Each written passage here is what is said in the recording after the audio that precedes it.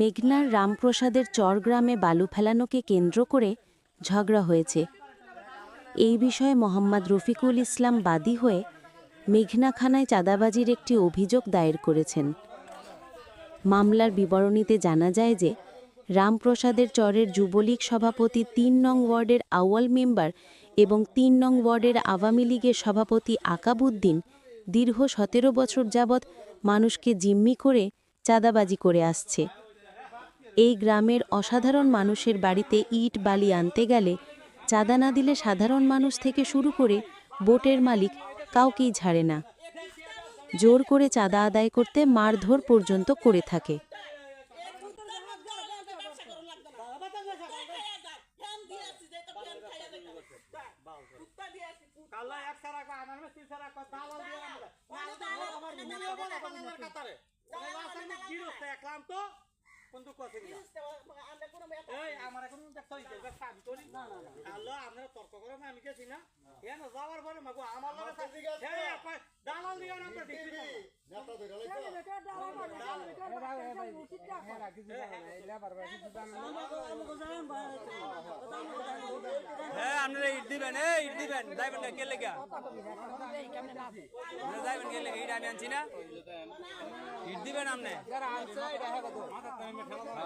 বিস্তারিত দেখতে সাথে থাকুন।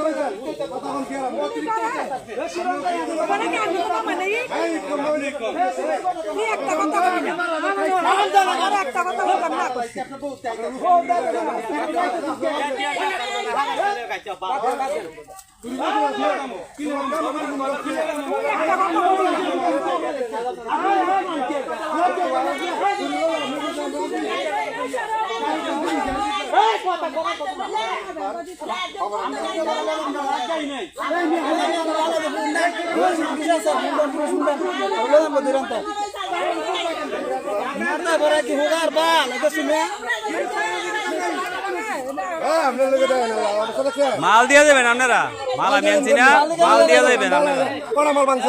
এটা বাঙ্গু, অসুবিধা নাই।